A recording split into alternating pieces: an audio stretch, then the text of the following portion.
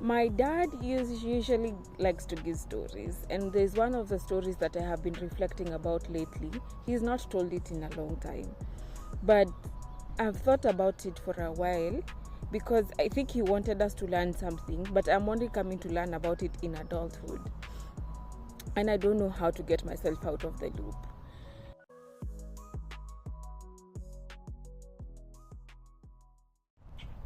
Hi guys, let's record this while the sun is going down, just to give you an idea of what was my thought process yesterday night and today as we end the weekend. So, have you ever realized how difficult it is to share a resource or an asset or whatever thing or an opportunity with someone, especially if it gives them an opportunity of advantage, whether over you or people around you? What do I mean? Think about the concept where a motivational speaker or someone within your scopes of influence will tell you and guide you that you don't need to put off your own candle to light someone else's. Like when you light someone else's candle, yours keeps burning as well. But what essentially it feels like is there's going to be competition for visibility. Like now we both have our candles lit. What makes someone else see mine and not see theirs? So it puts them at a point of advantage. So let's decrypt this a little bit, even if I don't have answers today. And welcome to minisode 1 of Do Decompress. Hi guys, my name is Merlin, and today we are covering something that is tiny but is very loud in my life, and I would like to hear your thoughts on how do I deal with this, how can I get past it, because especially me as a Christian, I can tell you it doesn't feel very right how I run through with this, but essentially it is always there and there's really nothing that I can do about it yet. But I would like to hear, are you struggling with this, and what do you normally do when you're dealing with it? So story time. My dad usually likes to give stories, and there's one of the stories that I have been reflecting about lately. He's not told it in a long time, but I've thought about it for a while because I think he wanted us to learn something, but I'm only coming to learn about it in adulthood, and I don't know how to get myself out of the loop.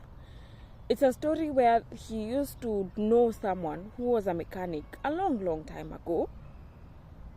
And this person happened to have an extraordinary skill of, I think he used to make a specific part of cars. So first of all, I don't know if I think it's cars. So first of all, cars were not a very available commodity. So the fact that you had a skill to be able to fix them, or you had the knowledge to fix a moving part as a mechanic, already had set you apart a lot.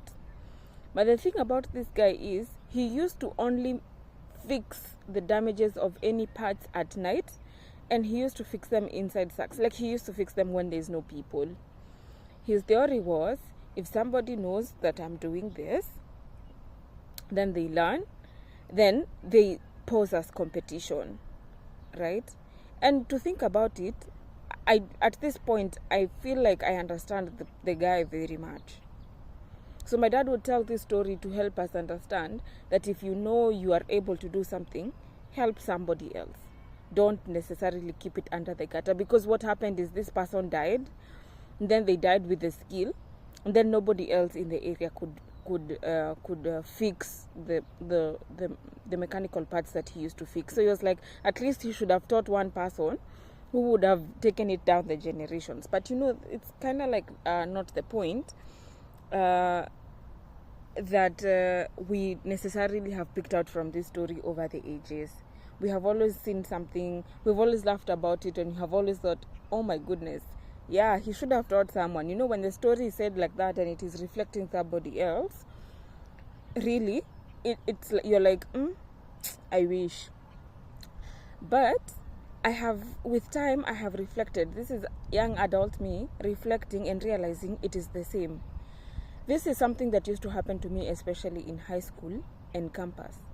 those of us who are taught through a system where academics are a thing, where you have to study and cram and put everything in your system, and I know it's not the same for everyone, because there are some people who don't know the reality of the difficulty of tests. They don't know the chaos that come with trying to cram and trying to memorize everything, even the materials that you think are unnecessary. But I used to find myself a lot in situations where if somebody needed a past paper and I have it, and then they borrow, and then they're like, can I borrow the paper?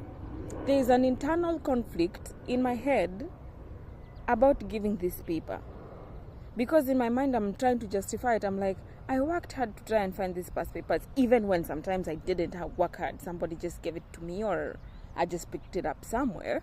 I would feel I am putting this person at a point of complete advantage. They haven't put in as much work as I have, and they're probably just going to pass because they have access to this paper that I just handed them. So that is an example of one of the realities that I have had to deal with, have had to try and reconcile with myself. Beyond that, it is something that I think is happening even corporately. Now that we are in the world and in the corporate sector, you have discovered a shortcut, you have discovered a new way to use a new software, you have discovered a new thing. And you realize, I don't want to share this with other people. We were raised and built in systems that reward the best, that reward the people that get into extraordinary circumstances, best employee, best student, best this, best that. And there's nothing wrong with that reward, by the way. But intrinsically, it trained us into being individuals who want to build our own light, who want to only build our own systems. Now, I'm not saying that there are things or assets or components of our lives and the things that we do that we shouldn't protect. I think there are, even if I'm still trying to come up with a list of those examples. Maybe you can give in the comment section what you think we should protect. But the system continuously rewards the persons who are set apart, and what happens is everybody is chasing that satisfaction of that reward of being set apart. So responsively, that becomes nobody wants to light somebody else's candle.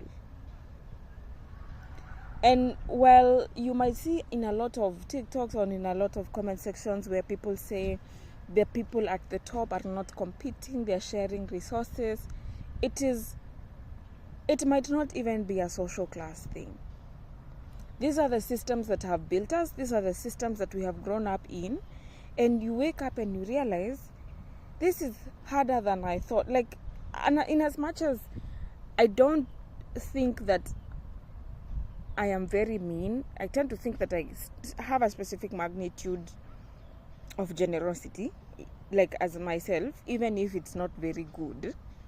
I'm not the best giver, but I tend to think that culturally there's a specific component of me that extends grace or extends a hand to someone who needs it. But when that extension involves me giving out something that sets me apart, and I am supposed to give it to somebody else that might give them leverage, it becomes very difficult to do it.